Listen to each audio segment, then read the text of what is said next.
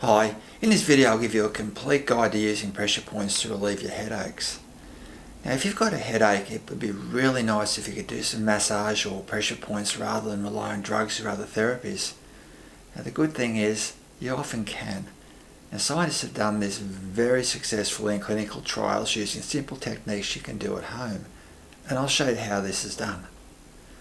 Now the first thing is, I don't want you to be doing massage or pressure points when you've really got a brain tumour or an aneurysm that's about to burst. So you need to make sure your headache is the type of headache that you should be doing pressure points on. Now keep in mind that this is general information only, no substitute for proper advice from a professional familiar with your own needs. Now there are two main types of headaches, primary and secondary. Now primary are the main ones. They're caused by pain from structures around your head and neck. Typically the muscles of your head and neck and shoulders and the joints of your upper spine. Now they're often called tension or cervicogenic headaches, but also include migraines. Now these are usually excellent candidates for massage or pressure point therapy. Now the other type of headache is secondary headaches. Now these are caused by something else such as tumours, aneurysms or disease, and obviously need some other form of care. As a general guideline, and again, no substitute for professional diagnosis, if a GP tells you to go home and take some pain-killing drugs, he or she has likely concluded that you haven't got something like a tumour or an aneurysm. Now also, if you've had a headache for years and has been more or less constant, it's probably not caused by something nasty that needs urgent medical attention. Now assuming you're okay, how do you know where to press on a rub? Now there's two ways to work this out. And for want of a better way of describing them, we'll call one the recipe system and the other the scientific method system. Now looking at the recipe systems first, they're things like acupressure, shiatsu and various other systems of points. Now they've all been developed over the years using clinical observations. Now what happens is ancient civilizations noticed a relationship between the points and conditions such as headaches. Now each culture made up a different name and story, but they're observing the same thing, so the points are very similar. Now the advantage of these systems is that they're very easy and backed by centuries of observations. Because of that, if you treat the points said to cause headaches, it's likely you'll be doing at least some good. Now the disadvantage with these is there's really no diagnosis, and there's no way known of telling if the various points are really involved, or if your massage or pressure point therapy has fixed them. Now, for example, acupressure is supposed to clear blocked life forces along meridians. Now these stories were made up long before science as we know existed, and hypothetically, if they were true, how do you measure life forces to see if it's blocked or whether your treatments unblocked it? Now because of this, I much prefer the scientific approach, and that's been to investigate these points and see why they're abnormal and what they actually do. Now in doing that, they've identified lumps in the muscles called trigger points. Now they've worked out how to find them, what makes them tick, and what they do. And one thing they do is refer pain, and that's the major cause of headaches. Now you see charts like this showing each of the trigger points and where they refer pain to, and scientists have used these to make lists of possible points to check for headaches, which I'll show you later. Now the recipe systems all have charts too, but the big difference is that the scientists have found something in the muscles you can actually look for and identify. Now, also by scientifically investigating them, they found out how they form and what they actually are. So from that, the scientists have worked out how to prevent them and more effective ways to treat them. Now what I'll do now is quickly go over what trigger points are and how to find them, then get into the treatments. Now if you want to use a recipe system, just Google something like acupressure points for headaches and you should find heaps of info, but still use the treatment methods I'll give you. Because of the scientific investigations I mentioned, the treatments I give you are actually safer and more effective than most of the traditional ones. So what are trigger points? Now we've got a lot more information about trigger points in an article linked in the description. Now, in summary though, they're part of the muscles that are going to spasm, forming a lump.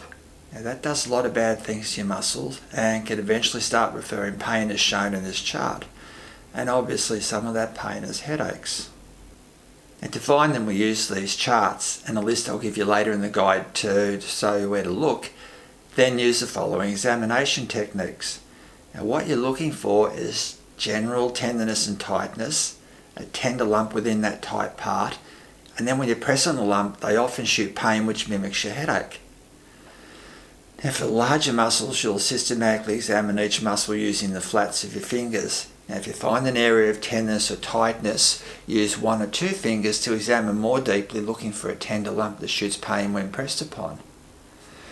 Now, some of the muscles are very thin though, and so they don't require deep pressure, and the lumps can be very small and hard to find. Now what you do with these is just use the pads of 1 or 2 fingers to systematically examine the muscles, looking for areas that are tender and may shoot pain when pressed upon. Now once you've found them, let's look at your therapy options. Now we've got 2 to look at: pressure techniques and vibration massage. Now for pressure we've got a basic pressure technique that's suitable for some of the larger muscles, and another technique for smaller muscles. Now looking at the basic technique first, the traditional pressure techniques apply firm and often painful pressure for up to 2 minutes. Now apart from the fact that it hurts, anytime you're causing pain there's a potential to do harm and damage. Now luckily the scientists have worked out that it's very effective and of course a lot safer and less painful if you just use moderate pressure for 10 seconds and repeat for a total of 5 times. Now I'll show you how that's done. Now start with a general examination, and if I find a part that's tight or tender, use 1 or 2 fingers to explore more deeply. Now if I find a tender lump that shoots pain, I apply moderate pressure for 10 seconds and then repeat for a total of 5 times. As a bit of variation with some of these muscles, you can actually pinch them like shown here. Now that works well when you haven't got the pressure going right through the structures below. The basic pressure technique is really good for most of the muscles in your body. But as mentioned, many of the muscles of your head, neck and jaw are very thin and overlay sensitive structures, so I've got a modified technique. It's actually an amalgamation of the techniques used and found to be very effective in several of the clinical trials. Now because the muscles are so thin, you just use the pads of 1 or 2 fingers and apply moderate pressure to tolerance, and keep that pressure on till you feel the tenderness fade, or for a maximum of 2 minutes. Now you can finish off with about 5 to 10 seconds of gentle rubbing using a circular motion about 1 centimetre in diameter. Now let me show you how this system works. Now what we do is use 1 or 2 fingers to systematically look for tenderness and shooting pain. Now if I find something, I maintain the pressure until the tenderness or shooting pain fades, or for a maximum of 2 minutes, and then finish off with about 10 seconds of gentle circular massage. As I said before, having scientists investigate these points has helped work out better ways of treating them rather than traditional pressure and needle techniques, and the best example is vibration massage. Now I'll link an excellent article on using vibration massage to treat these points in the description, but in summary, when a good quality therapeutic vibration massage is used, the vibrations penetrate and do all the things needed to dissolve these points. As I said, you'll need a decent massager. Now I'll link in the description how to choose one. Now you'll definitely need to check that out because there are a lot of really bad ones, including practically every massage gun. Now I'll give you a demonstration. This is our general purpose massager. Now this head delivers high quality therapeutic vibrations, and the ergonomically designed handle makes it easy to use anywhere on your body. Now what you do is use the examination technique I showed you to find a point, and then you sit the massager on for about 30 seconds. Now if you recheck it, it should be a lot less tight and a lot less tender. Now these are fantastic for most of the muscles in your body, whether it's for headaches, back pain, shoulder pain or whatever. They are highly effective, and let's face it, which would you much rather? Sit one of these on for 30 seconds and feel the muscles slowly relax, or have a needle poked in, or have it pressed on really hard. Now the only proviso is I don't want you using one of these on the thin muscles that overlie your skull and other sensitive structures.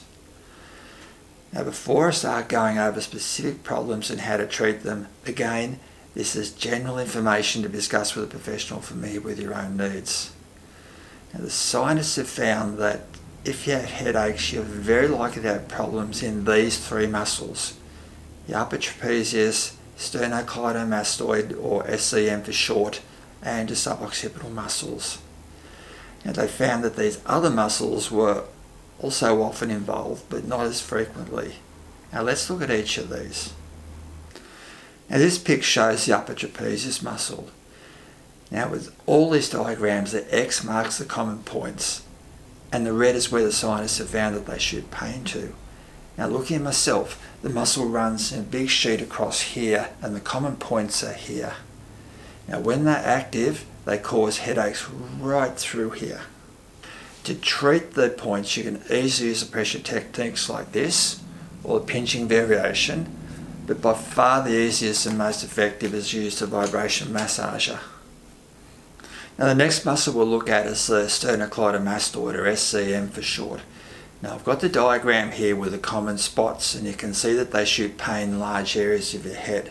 Now this pic shows the muscle bulging up, so you can see where to find it. And the big issue with this muscle is it overlies a lot of things like nerves, blood vessels, and sharp pointed bits of your vertebrae. Now because of this, you don't put pressure on, you only use the pinching techniques. As this diagram shows, the suboccipital muscles sit at the top of your spine just below your skull and can cause pain right across your head. Now probably the easiest way to treat these is using thumb pressure.